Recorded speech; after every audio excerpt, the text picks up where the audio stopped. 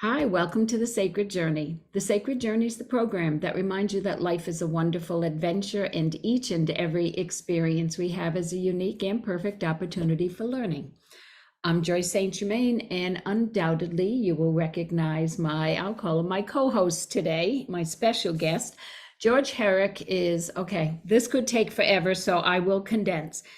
Dear friend, human being extraordinaire, teacher, author, poet, artist, shamanic practitioner, recovery coach, master life coach, artist, and I'm sure I'm missing some things, but dear friend and one of my favorite humans on the planet. So thank you for taking time out of your busy schedule, and retreat leader. Almost forgot that because we're planting a seed, a little teaser. We'll be offering retreats together.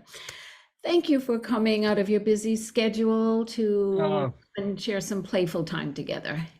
thank you for having me, Joyce. I mean, it's always such a delight to be with you, and even across the ethers of Zoom, to feel your energy and be in your presence. It's always a delight for me. So, Well, thank you. yeah. And we were talking earlier how we have this wonderful way of kind of bouncing things off of each other, intermingling, weaving. We have this wonderful energetic exchange. And when I said, let's do some more work together, and you said, sure. And you brought up shadow work. Yeah. And that's how I see shadow, golden shadow. That's how I see that work. And since it was your choice to choose that for our topic, I'll let you introduce it. Okay. No Okay. pressure. Well, yeah. Um, well, you know, I don't even know where to begin. The shadow has sort of become my jam. Years ago, when I was working with a shaman in the Peruvian Amazon, he said something in only the way he could, and I wish I could duplicate it because his energy was just such. But he said, "You Westerners, you always want to bring light into the shadow. You want to bring what's in the shadow out to the light. If you would just learn to see in the dark, you'd stop being so afraid." And so that has been with me for years. And one other quote, the famous quote by Joseph Campbell, "The treasure you seek is in the cave you fear to enter." And so really what he's talking about is the shadow and the aliveness and the juice and the disowned power that we hide away inside of ourselves because it's uncomfortable, or it's been shamed by other people, or we have this story that other people won't like us or won't love us if we expose those parts of ourselves, and so we bury it. And I look at the shadow as all those pieces that we repress, the pieces that we suppress, and also the pieces of us that we oppress, the pieces that we judge within ourselves, and we try to tamp them down. So, in a nutshell, that's how I look at the shadow, as well as the what we call the golden shadow, which is all those pieces of us that are brilliant, and the gifts that we have to offer the world that we're afraid to bring out. So one more quote. This comes from the Gospel of Thomas, and I'm just going to paraphrase it: "Bring forth what is within you, because if you bring forth what is within you, it will save you. And if you do not bring forth what is within you, it will destroy you." And that's what we're talking about. So it's all in there anyway. It's all just part of us. Right. So how do we bring it out?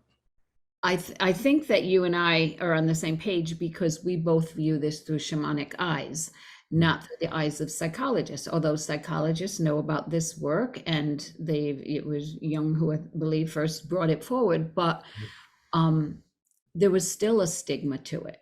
In shamanism, it is embrace it, and as you said, journey into it, look into it. And your shaman teacher in Peru said the same thing. if you're afraid of it, you will never acknowledge it. You'll never know it. You'll never understand it. And that could be a great part of yourself that you have ignored. Yeah. So, Yeah. Yeah. um, And we see it so much, particularly today. We'll talk more about shadow and addiction and that sort of thing, but we're living in a culture right now that shows all the signs and symptoms of deep addiction.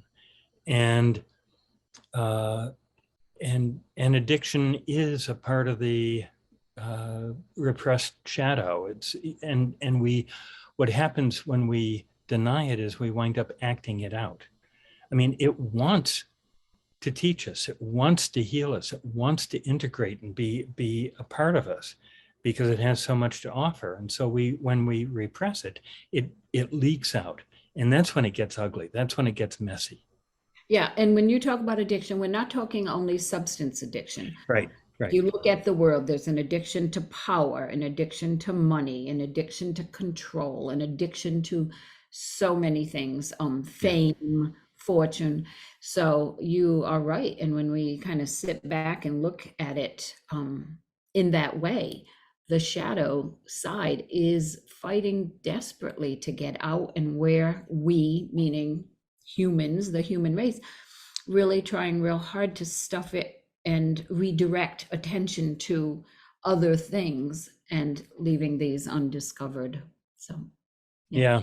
yeah, yeah. Two of the biggest addictions we have right now is one, the addiction to avoid discomfort.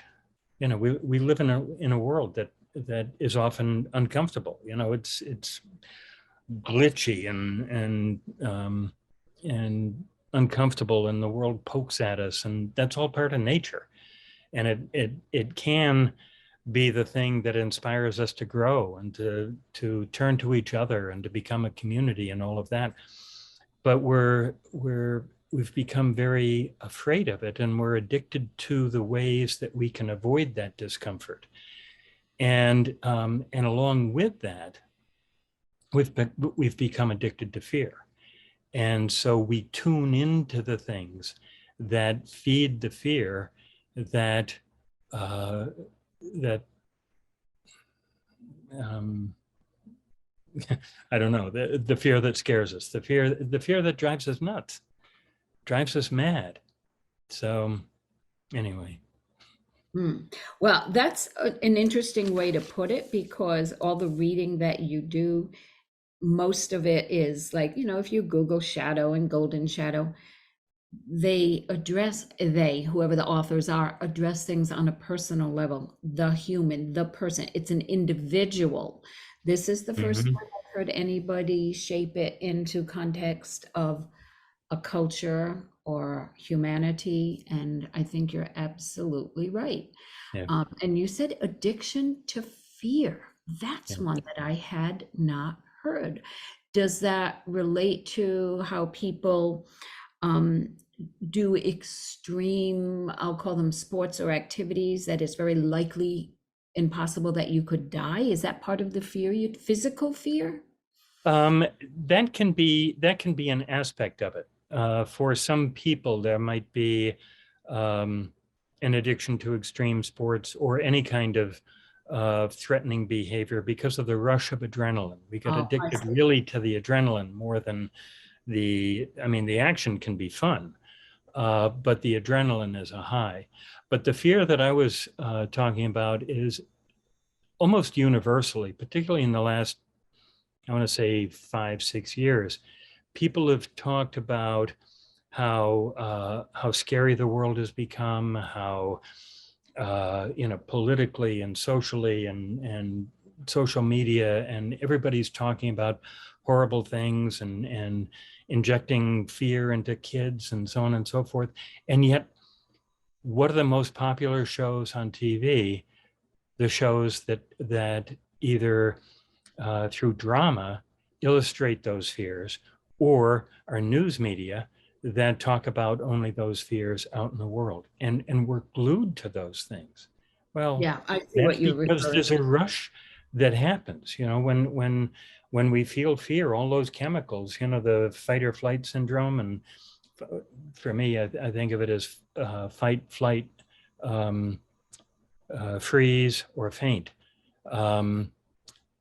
But all of the chemicals involved in that rush out, and so there's and again, that's what we get addicted to, is the chemicals that get released in the brain. That's true whether it's an addiction to heroin or alcohol, or an addiction to the internet or food or work or sex or whatever it may be. Those same chemicals get released, and that's the real addiction. Because Okay. I'll say one more piece about that. Because again, we have no tolerance for discomfort, and so when we feel separate from others, the discomfort involved in that, we need something to fill that discomfort, something to avoid it. Again, shadow, something to repress it or suppress it. And that feels good, whatever we find. But that what could be happening is, and your screen has frozen, so I'm going to Good, we get used to it. Okay. Your screen froze for a moment, so I'm going to ask you to just repeat that last sentence or two that you said. Okay. I was on a roll, so the How we get used. it's yeah, we get used to the process of avoidance, the process of avoiding the discomfort, and so the addiction feeds on itself. Basically, is what I'm trying to say. Yeah, and that discomfort is the invitation to say, come and look, come and explore, Yes. come and see. And in our shamanic work, we love going into the darkness, into those unseen things that we get to see with and experience with our inner senses, because we know that there's a safety in that. It's kind of womb-like. It's that darkness is protective rather than scary, but we've not been raised that way nor taught that way. Mm-hmm. So, yeah, so when we feel those little bits of discomfort, instead of saying, okay, let me acknowledge it, let me befriend it, embrace it, look into it, you're right, we find anything we can to avoid it. So mea culpa. One of the things that in my shamanic experiences over the years, one of the things that I've discovered about me is I can also get addicted to the dark. All those things that you talked about, the womb-like feeling, and it can become a way of avoiding the fear of the light. It can become a way of avoiding the ordinary, mundane, day-to-day, chop wood, carry water kind of life that, so anything can be this shadow piece within us. And that's all we need to realize, is that as human beings, whatever it is that we try to avoid is trying to teach us something about ourselves. Right. And if we're willing to listen, if we're willing to accept that and say, oh, okay, this thing that makes me so uncomfortable is trying to teach me that I need to make some tweaks in my life. I need to make some adjustments. And the things that I really love are trying to tell me, this is working great, do more of it. You use the strength of this to help integrate the things that you don't like. Yeah, and when you said, it's possible to have that feeling of being a little addicted to the darkness or to the shadow, Mm-hmm. because that's where we've come to know extraordinary things, because the mundane isn't our truth. it is a part of the whole piece and the whole picture. But and I just want to for a minute just stray a little bit and say, when we talk about shadow, we're not talking about evil. Like people think light, the opposite of light is evil. No, we're talking shadow, that which is, within us, that which we embody. We're not talking cultivating, we're talking learning, exploring, but we're not talking about evil. We're talking about a necessary, needed, and treasured part of who we are. Yeah. Well, I mean, that's so important what you're saying. Look at it this way. If we took the most beautiful rose in the world, just absolutely stunning, and we had nothing but light shining on it from all angles, it would look like this flat blob of let's say red. Let's say it's a red rose, because it's the shadow that allows the texture and the depth and all the different, it allows us to see it three-dimensionally. And likewise, if there was no light whatsoever, we wouldn't see anything. So we need the light and the shadow, the yin and the yang, in order to have the depth and the texture and the fullness of who we are. Right. And sometimes when we perceive that we know our shadow side, yeah, I know where my shortcomings are. I know we are so wrong. We are so off base.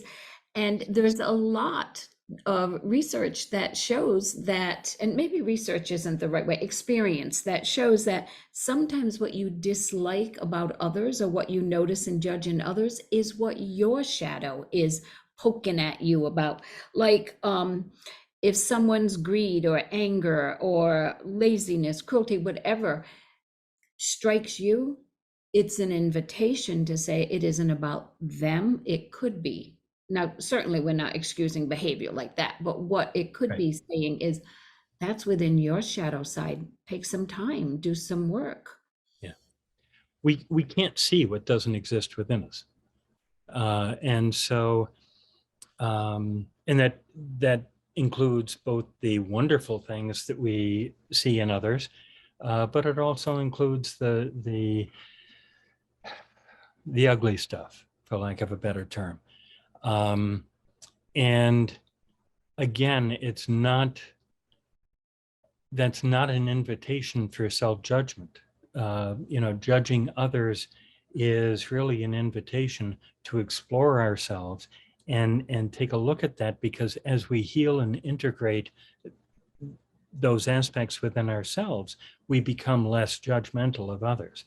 That doesn't mean that we like it. Inexcusable behavior is inexcusable. That doesn't change. A dear friend of mine years and years ago was on a jury, and she, let me see if I can pull back the story. It wasn't a jury. She was involved in a trial, and she knew that the person was guilty. There was no question. The prosecutor had proved their case. And she recognized that, and she forgave the person, forgave them fully. But when it came to sentencing, she still held the person accountable. Forgiving someone doesn't let them off the hook for their responsibility. And the same thing is true for us. We can forgive ourselves for our mistakes and the things we do wrong and the things we think and so on, but we're still accountable to do something about the things that aren't good. And isn't there a difference between observation and judgment? If we Oh, yeah. can, in a neutral way, observe and acknowledge without judging as something, because as soon as we say that's a good thing, that's not a good thing, that's bad, Yeah. that then we're getting into all of that. And I just read something about forgiveness, because I have this pet peeve about that word, and I know it may come back to haunt me someday. I find the word, and this is totally off topic, I find the word forgiveness very one-sided and a little bit condescending, like I have the power to forgive you. And I like to think of it as coming back into balance and saying, if I'm not holding on to whatever it is that I deem you responsible for, I have more room for healing. So this is a gift for me, not a gift for you, but yet we present it. We need to invent a new word that means what we believe forgiveness to mean without that word. I just don't like that word. I don't know why. I get it. I totally get it. And really what we need to do is inventing a new word would be great, but really what we need to do is come back to the original meaning of the word in the first place, because what you described is exactly that. We're letting go of carrying the burden of somebody else's behavior toward us. And so morphed into something else, George. It has morphed into having power over someone sometimes anyway, to say, you will be lucky if I forgive you, and if not, you're going to be haunted the rest of your life. I have power to forgive or not. Okay, yeah, enough about that topic. yeah. Let's talk about the golden shadow, because we have about 3 or 4 minutes left. Hard to Okay, believe. wow, that was quick.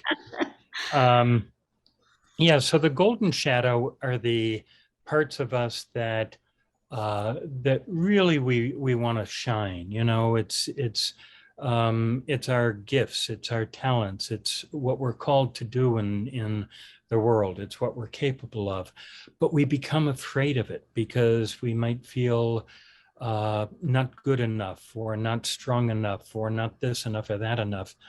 Or we've been told, don't be too big for your britches, or, play small. And so those things are the golden shadow, where we could let our light shine. We could be fully expansive in life, but we hold back. And again, hiding a part of ourselves in the shadow. Only this time it's a part that could benefit us and benefit the world. Yeah, so it's our withheld courage, our talents, our unfulfilled creativity, our potential. Yeah. And do you wonder if sometimes it's because, yes, we're told whatever you do isn't going to be good enough, but we live in a world that is competitive. Like Mhm. there has to be a first place and a second place and a winner and a loser. And to do something for the sheer joy of it and the Yeah. creative expression sometimes isn't there anymore. The joy of creativity. Right. But again, that gets back to the comparison and the judgment, you Yeah, know? exactly. And if we can, the ironic thing is that the people who don't give into that, the people who, in spite of all those messages from culture or from teachers or from parents or from whoever, do it anyway, are the people we wind up admiring. I wish I could do that.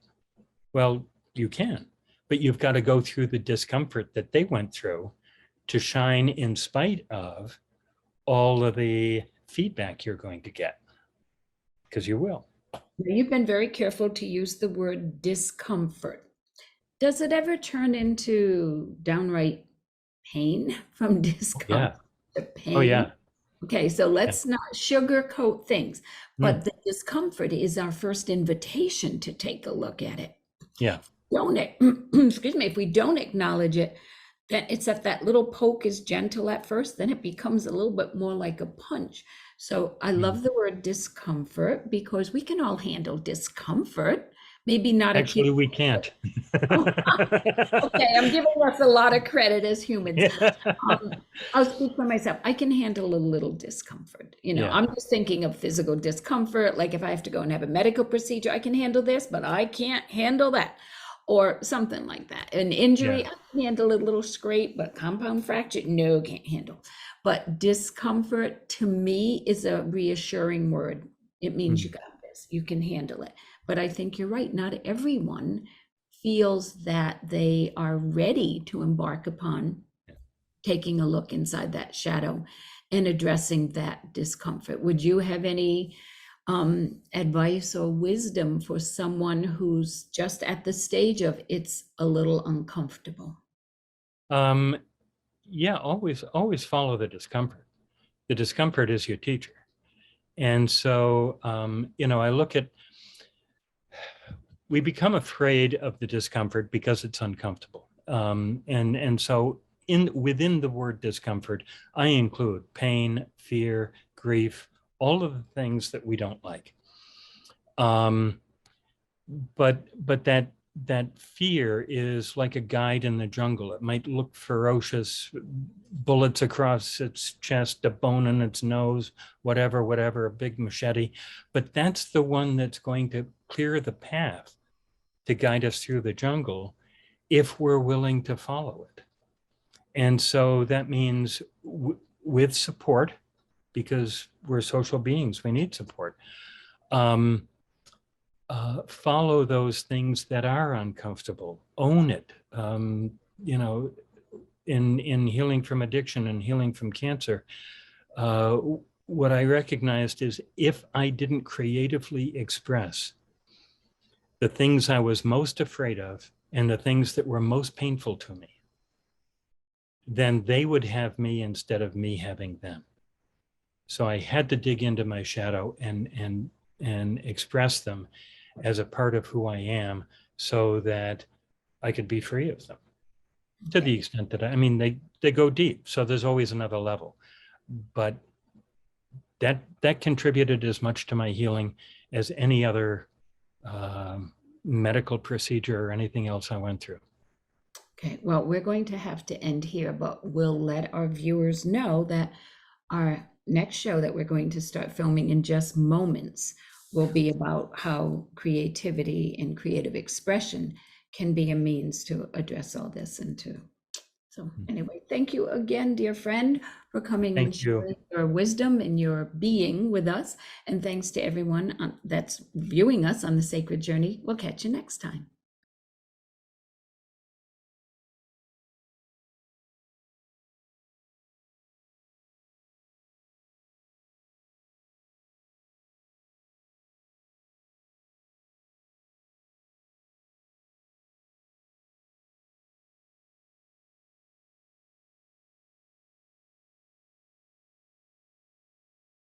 The Saybrook Fish House in Canton has been serving fresh seafood, chicken, and steak entrees for 34 years, offering 3 cozy dining room settings, a newly renovated pub with craft beer, wine by the glass, specialty cocktails, and a lighter fare menu. Open for lunch and dinner 7 days a week.